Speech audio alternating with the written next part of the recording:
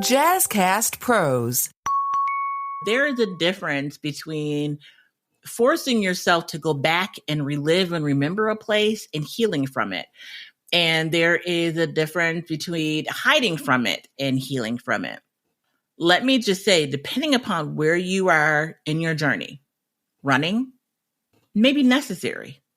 Hiding may be necessary. Right? Your brain will protect you. You will protect you. And so not until you are generally in a place of safety can you begin to unpack and heal, because your job up until that point is to be safe. And how do you create safety? Fight or flight.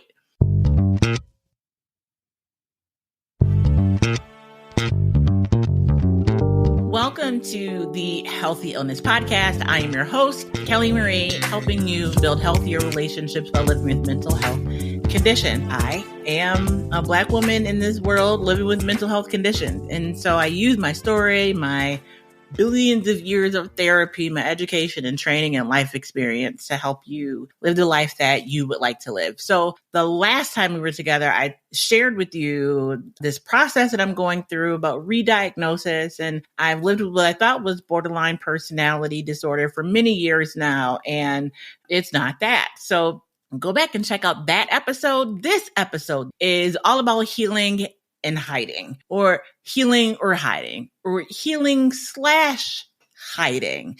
Because here's the thing, both can be necessary. There's nothing wrong with either or. I'll put it that way, right? Like oftentimes you'll hear people talk about, not being under a rock anymore. I'm not running anymore. I'm confronting my relationships, my emotions, my health. And that's fabulous. Like wherever you are, fabulous. Because wherever you are is where you are. Shout out to Cameron, who often uses a similar quote, this notion that you have to stop hiding. So that is today's episode. So by the end of the episode today, I want you to be in a place of acceptance of wherever you are on your journey, period. And it may not happen in the next 15 minutes, right? But hopefully you'll have some tools that you could use to help you in your process. So I say healing or hiding because it is September, and August, September, usually a little tough time for me. I start feeling better around now. And that's because my last suicide attempt was now 10 years ago. So it's been 10 years since my last suicide attempt. And usually in August, I start feeling a little down, and September, those first 2 weeks or so are really rough. I'm okay. Like I'm still here, but just that anniversary, right? Coming up on a tough period in my life. So September 3rd, 2013, I decided to take my life. I woke up September 4th. So I was hospitalized for 2 weeks, got out of the hospital after 2 weeks of recovery, and went home. And 2 weeks later, which would fast forward to October 4th, my marriage of 13 years had ended. And then on November 4th, I lost my job. So that was really those 3 months, September 4th, October 4th, November 4th, was the beginning of a true healing process for me. That was the beginning of Front Seat Life, of helping other people dive in and address whatever that means to them, right? Their mental health. It all started there. And so I usually in August, first 2 weeks of September, I'm in this funky place. I didn't recognize the cycle until a girlfriend of mine, Kelly Lucci, big shout out to Dr. Kelly, pointed it out for me. It's so important to have people around you that you want to feel comfortable with and see you just as you is who you are, and love and appreciate and accept you where you are. She's one of those people. And we were talking one year, and I was telling her, I wasn't feeling that well. And she's like, Kel.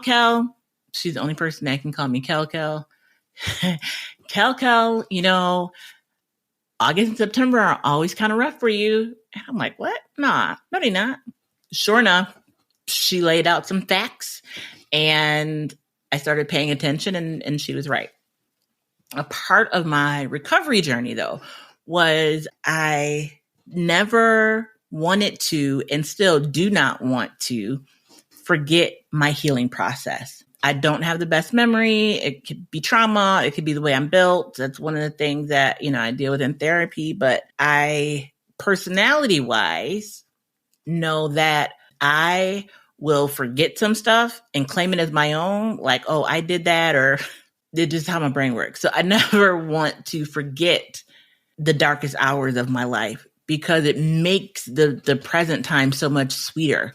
Life has not always been this good. There has been a lot of struggle, a lot of fight, a lot of personal fight, a lot of pushing through, a lot of tears, a lot of work, hospitalization, medications, different diagnoses. And so I don't want to forget all of those things. And so a part of not wanting to forget is making sure I remember, which at this point, which goes back to this healing or hiding piece, I, for the first time in 10 years, this is again the 10th anniversary of waking up, not even of the suicide attempt itself, but of waking up and embarking on this journey of healing. First time in 10 years that I actually forgot that it was September 3rd or September 4th. I can't tell you what I was doing. Either one of those days, I can go back and look at my calendar, but it's the first time. Now, I've forgotten September 3rd. I have remembered September 4th, like on the 5th. Like I've made it past the 4th. Not far, but I have made it past the 4th without this active recollection. This is the first time that it just did not happen. And so I started thinking, like, again, I never want to be in this position where I forget, but there is a difference between forcing yourself to go back and relive and remember a place and healing from it. And there is a difference between hiding from it and healing from it. Let me just say, depending upon where you are in your journey, running, maybe necessary. Hiding, maybe necessary, right? Your brain will protect you. You will protect you. And so not until you are generally in a place of safety can you begin to unpack and heal, because your job up until that point is to be safe. And how do you create safety? Fight or flight, right? That healing journey starts in that place for many folks. So once you have that safety and you have time to be able to focus on you or focus on whatever the external situation may be, right, you can very much live in this place of running or hiding. And that is okay. It's not until you're comfortable, until you're ready, until you have the supports, and your brain usually will, especially if you're in a therapeutic setting, your therapist will work with you in that space, but you will begin to see things differently. And so I'll give you an example of what happened to me years ago.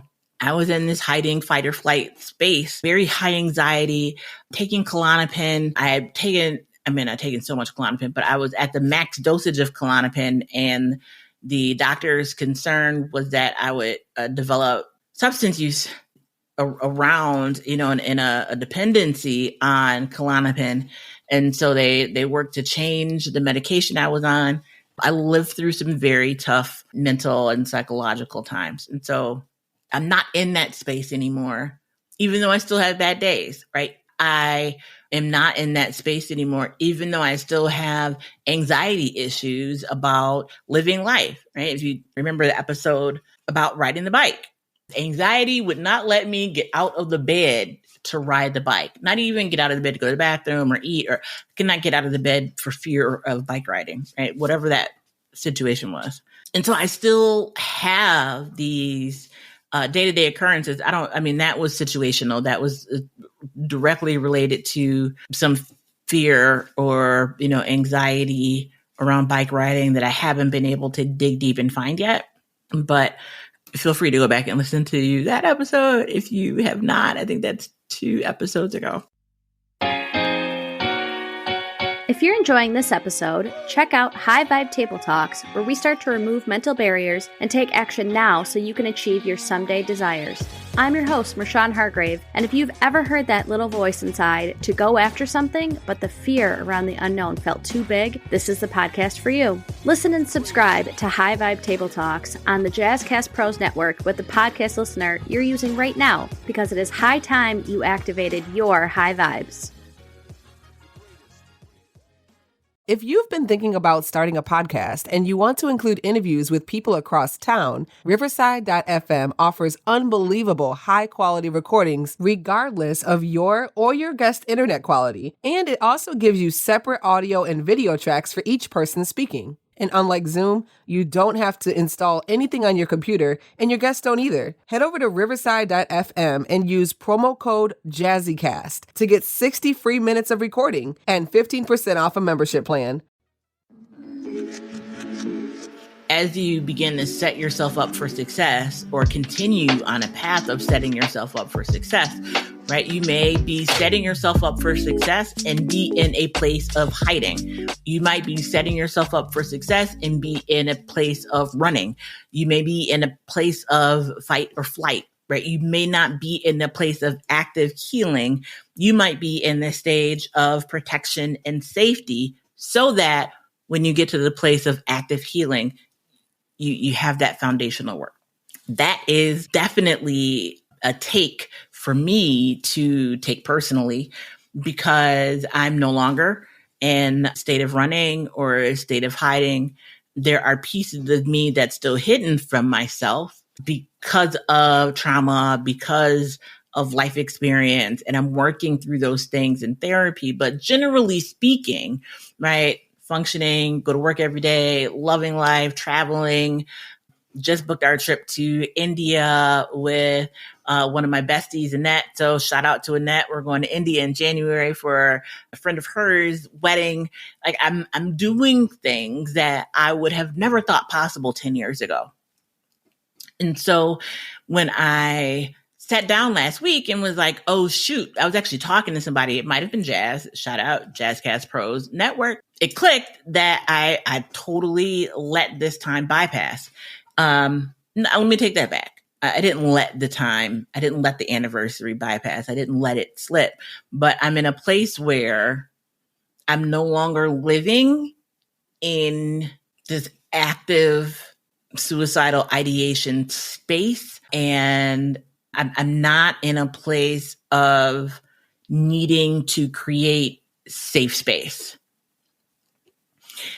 It doesn't mean that I no longer deal with suicidal ideation. I'm not saying that at all. What I am saying is I'm not living in the space of remembrance, whether it is involuntary remembrance, like it just pops up, or purposeful remembrance, like, oh, let's sit down and remember where you have come from, how far you've come. I'm not really in that space. I'm more in a space of being present, enjoying this moment, right? So really diving into my mindfulness, really focusing on finding beauty and joy in each moment, because I can focus on the negative. Like I can, and I can run off a list of some things that are not going right. I need more money in the bank. That's probably the biggest thing. But I choose not to stay in that space. When you get to the point where you can choose what space you're in, especially if you're coming from a place where you could not choose, right? Where your mind was protecting you. You were in this fight or flight space. When you get to the place where you can choose what headspace to be in, it is incredible. Some people have always been that way. And God bless them. Like y'all, I'm thankful people like you exist because you give us hope. But I'm not one of those people that have always been in that space. And so I've had to work to get here. I've had to fight to get here. Right. And now that I'm in this active healing, always looking for areas of my life to make better, I have a different baseline of contentment. I have a different baseline of happiness and different baseline of joy. It is easy, though, to have one thing go wrong and that knocks I got to quickly readjust and implement all the tools in order to get back to that baseline. Again, it has not always been this way. And so even though I'm dealing with the space of misdiagnosis and not having a name for whatever is happening in my brain, and it does bother me, I still am at a different baseline space. I'm still in the space of actively healing. Not having a diagnosis has not altered my healing progress, even though I don't have a name to place on the thing that I'm healing from. Having gotten to the middle of the month and not actively remembering something that is very important to me actually forced me to sit myself down and think about how could you forget something like that? It was not a moment of shame by any stretch of the imagination. It was really a moment of gratitude because I was not living in remembrance of something that happened yesterday. I'm going to say we all know. I don't know if we all know, but hopefully, I know. If not, now you do know that we can't change yesterday. No matter what you do, you cannot write yesterday's thing. No matter what you do, you cannot change yesterday, period. If someone has got time travel down, butterfly effect, whatever, let me know. But yesterday is gone. The beginning of this podcast, that moment is gone. I cannot go back and redo that moment. I can create a new moment, but that moment is gone. And that's okay. It is okay to not live in yesterday. It's okay to live in this moment, in right now, and what's happening, whatever is happening, right? And to plan on a better tomorrow. So I wanted to let you know that the healing is working. This is a huge step, I think, for me in my healing process, because I am not hyper-focused on remembering dates. I'm not hyper-focused on remembering trauma. I'm not hyper-focused on reliving anything that has already happened. Even the good stuff. I'm thankful for the good things and I like to think back on them, but I am focused on this moment and excited and thankful about any other moments that are gifted to me. So with that, I encourage you to offer yourself some grace, some kindness, some love, because you have been through a lot. It may not be what I've been through, right? But you've been through a lot on your journey. There is more to come on that journey. And my desire and hope for you is that you're able to change your baseline as you work to build healthier relationships, that your baseline for healthy is increasing so that when it does take a hit, you're still at a healthy space. You're still in a healthy place. That's the goal.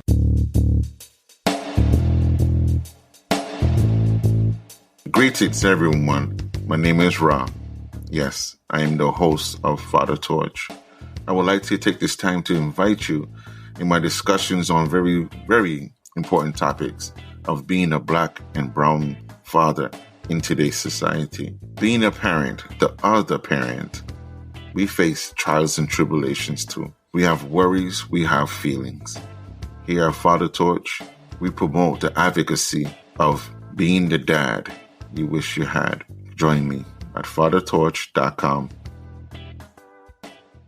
If you are in need of services, you don't know who to call, you don't know where to go, you can go to 211 on your phone or in your browser. You can also ask Siri or Google or what's the other one?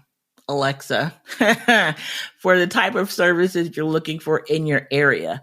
There's a lot of resources out there, and the internet is chock full of places that you can get help from. Here's the thing. Using some place like 211 or a reputable site, and they do exist, that will send you to good resources is important. You don't want to just ask the internet because they're just going to give you back what the internet has created, right? You want to make sure that where you're going is reputable, which is why I suggest 211. But there are other places. Please feel free to find a reputable place for you to get some baseline information. Maybe we'll go over that one of these episodes. Just talk about a couple of reputable places that you can go for info. I like that. I'm going to try and remember to do that so we can go through those things together. If you are in crisis, if you need someone to talk to, or you care about someone who is in crisis and they need someone to talk to, but you don't know what to say, you don't know how to get them through this emergent situation that they're in, you can dial 988 on your phone. You can go to 988 in your web browser. You can type 988 into your phone and you will be connected to the crisis text line, crisis phone number. If you call it, they can help you. They're there 24 hours a day, 7 days a week. You do not need insurance. It is 100% confidential. Employers won't find out. Insurance companies don't find out. Friends and family won't find out that you called. 988 on your phone. Call it if you need someone to talk to. So as always, we don't know where people are on their journey when we interact with them. And so I encourage you to be the light, because you never know when someone is in a dark place. It could be holding the door open. It could be a smile. It could be a gift. It could be a greeting. It could be listening. It doesn't have to be something big. It's just you being the light. So until next time, thank you so much. And that's all I got.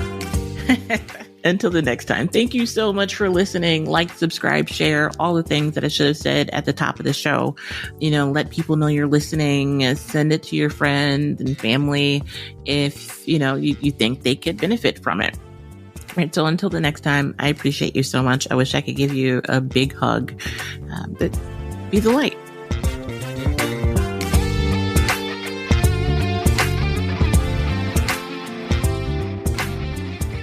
If you've been thinking about starting a podcast and you want to include interviews with people across town, Riverside.fm offers unbelievable high-quality recordings regardless of your or your guest internet quality. And it also gives you separate audio and video tracks for each person speaking. And unlike Zoom, you don't have to install anything on your computer, and your guests don't either. Head over to Riverside.fm and use promo code JazzyCast to get 60 free minutes of recording and 15% off a membership plan. The link is in the show notes.